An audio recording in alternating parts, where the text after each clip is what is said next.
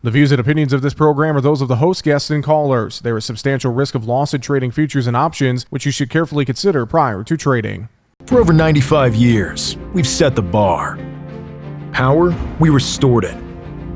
Protection, we reinvented it. Record yields, we redefined it. If there's one thing we know at FS, it's that just because something hasn't been done, doesn't mean it can't be done. We're never satisfied unless we take your farming operation to the next level. Run your equipment at peak efficiency and bust the bins this season. Visit fssystem.com. Well, for the most part, you take a look at Thursday's trade action, and dare I say, a risk-on day in grains and in livestock. Energies looked all right as well. We did kind of falter late afternoon in the stock market, though, but there is still plenty to take a look at. Gold up almost $50 on the day Thursday. A lot going on here, but one has to wonder as well if we made it into pre-holiday trade already, too. We're going to talk about all that here today on the show. Joining us for market analysis, we welcome in Dwayne Bussey with Bolt Marketing. Dwayne, always good to talk with you, my friend. Hope you're having a great week so far. Yeah, absolutely. It's going too fast like they always do, but good week. And yeah, you're probably right on these markets. A little risk on today. Green on the screen is always fun. I just wish they could go a little bit further, but that's probably the farmer in me. We always want it to go higher. Well, I know you mentioned, the week kind of racing by, that calendar's racing towards Christmas and towards the new year. We were talking about this before we jumped on here live. I feel like I agree with you. I feel like we might kind of be entering that pre-holiday type trade already in these grain and livestock markets. Dwayne, what do you think? Yeah, it felt that way about an hour into it this morning. We had good export sales. We had a good USDA sales flash announcement, 400,000 soybeans to unknown. So, nice pop. It felt like, okay, here we go. Brazil weather is a little benign, maybe. There's something for the bulls, something for the bears. And it's just like after an hour into the session, it just kind of started to pause. No one wanted to push through that next resistance level and buy these things. And I started to think that way of like, oh God, this feels like a holiday trade, like we're failing to go either direction. But that being said, I still think Brazil's weather is key. Sunday night, Monday morning, will these better forecasted rains materialize in northeastern Brazil? They went from what I would call the long range models to the midterm models now. So they're a little bit more accurate. But Sunday night, that'll be big. But you're right on the whole holiday thing. It starts earlier and earlier every year. You don't take the 24th and 25th off anymore. You take a few days before, a few days after. And now it's gotten to be like, I'm afraid there will be plenty of fun traders that tomorrow is their last trading day for the year. And we'll probably see lower volume moving forward. Well, and thinking of that lower value moving forward, I know that can lead us to volatility here. We've seen it already this past week. You get lower volume in these markets, and there's more action. The moves, you see a headline, and we, instead of trading 5 or 10 cents on that headline, we trade 30.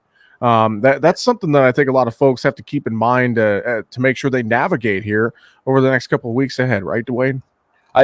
Great point to bring up. We talked about it being a quiet, boring trade, but it can actually have some fireworks. And that's kind of why I brought up the soybean trade, right? What if we come in and those rains that were forecasted are just non-existent? And there's a heat ridge 2 weeks out in Brazil.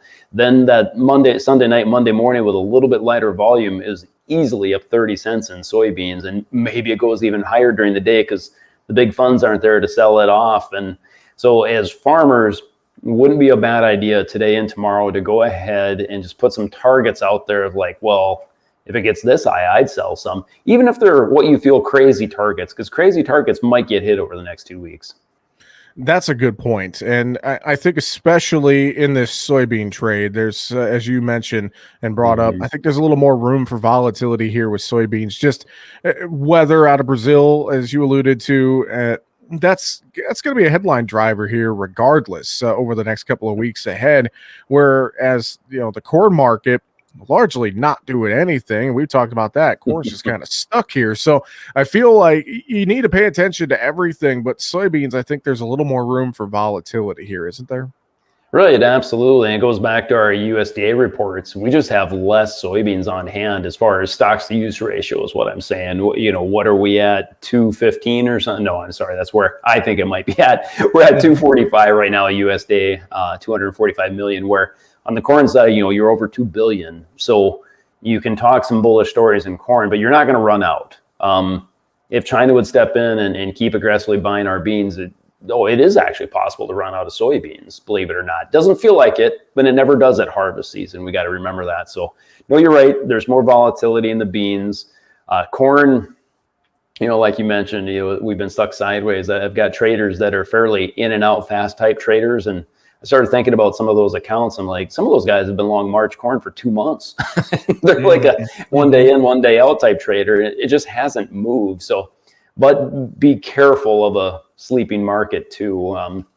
It would take a lot of China buying to really rally that corn. And I know this is something we can talk about too, that, the farmer selling that's going to be over top of this corn market is, it's bigger than normal. It's probably huge, actually. I think farmers are horribly undersold and everyone wants $5 badly.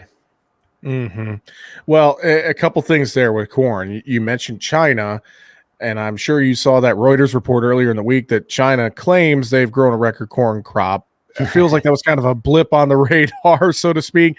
Didn't really affect the corn trade, but that could, if they do have a record corn crop, that could maybe limit some of their corn imports, possibly. I guess that's a caveat to talk about. But then you mentioned that farmer selling, and I really think at this point we're going to be getting to flipping that calendar over to January before we see a lot of farmers selling. But if that happens, those floodgates get open up, and that could potentially put some damage on this corn market, Dwayne. Well, at least, or put a ceiling on it, right?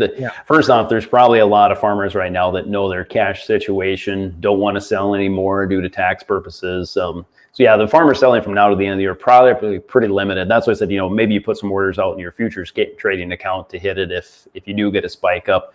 Yeah, after the first year is one of the biggest selling opportunities for farmers, or when we see increased sales is what I should say, new tax year. But a lot will depend on the price, and I make it sound like we got to get to 5 or 5.25 is what I'd really like to see to sell some of our corn. The other move that could happen that could open up the bins, we talked about it and here a few brokers this morning that, we dropped 25 or 50 cents. That could actually open up the doors to, I'm like, well, that's very true. The panic selling comes out. But there's just going to be more farmer selling moving forward. It's just where and when, I guess. Well, and thinking about this too, I watch as Dees corn is going to go off the board at that 450-ish range. I believe September corn also went off in that 450-ish range. Do we worry that opens March corn up to downside target of 450 on the board, Dwayne? What do you think? You darn right we do. The funds are heavily short the corn market right now. Last week, the Commitment Traders Report showed that they got out of 25,000 contracts. That's a great sign. Maybe they're bored with the market. Maybe they want to exit all shorts. I kind of doubt it though. Remember, Jesse, they've been long for 4 years in a row now, and that's very untypical of them. And then they flip and go short here while we were growing this crop this year. I really doubt they're going to exit those shorts and just go long again and give us all a nice Christmas present and rally the market. I'm more afraid of what they could do is just what you mentioned, that carry in the market. Exit September, go and sell December, and watch December come right down to where September traded or went off at. So yeah, you're darn right. We got to kind of circle that 456 area and wonder if that's what March is going to do. And those funds can just roll and stay short and maybe go record short the corn market because of our big carry out and still make money by the market just going sideways because the carry just drops down. So yeah, for once, it wasn't me being all bearish. You brought up the negative thing this time. So I'm blaming you, Jesse. Hey, I got to look at both sides of this thing, Dwayne. Yeah, I know. Yeah. In terms of the wheat trade, you mentioned the good export sales. I have to think a lot of that, though, is probably that China business that we'd already heard about, but nonetheless, still a good weekly export sales number there. Any thoughts, any notes in the wheat trade overall, Dwayne? Overall this week, the news on wheat has actually been slightly negative. I don't know if I believe it, though. We came well off the highs because everyone said, well, all those China purchases were done months ago, is what one of the reports said. And now, we've gone higher. We're overpriced. China they're done buying. They won't buy from us. Well, I really don't buy that. I think they did just buy recently. And now with the US dollar kind of tanking today, or at least making new lows for the move after the Fed announcements yesterday, I think that's got to make our wheat prices fairly competitive in the rest of the world market here. So I'd like to see China step back in and buy a little bit more. That would make USDA maybe a little bit nervous of like, we got to actually increase export demand for wheat. And that would be fun to see. And back to the whole China record corn crop thing. That was the second part of that question I forgot earlier. Yeah, I saw that and just kind of went, and went right about my day. And I think that's what the rest of the trade did too. The problem is, and why we probably should watch it, is if you looked at China's corn futures after they made that announcement, they did go sharply lower, and they're at like a 2.5-year low. Maybe the market and the price over there tells us more. We all know China's had a record crop for 23 years in a row, Yeah, that's like me saying the Vikings are going to win the Super Bowl. I say it every year. It doesn't always happen, though. So I don't know if they have a record crop or not, but the market does kind of suggest that they do. So that is negative moving forward. We are talking today with Dwayne Bussey from Bolt Marketing. And Dwayne, let's go over to the livestock trade here. Decent day, kind of risk on in cattle and hogs as well. And I know we've talked about this. Hopefully, maybe, potentially, possibly finding some footing in this cattle market after all the volatility. And I wonder here towards the end of the year if these livestock markets could calm down a little bit potentially. I guess I don't know. What do you think? That almost is what it feels like here today. I'm kind of still holding my breath, though. We've rallied nice off the low. You could call it between 7 and 9 sessions, to sideways to higher. We haven't had the collapse.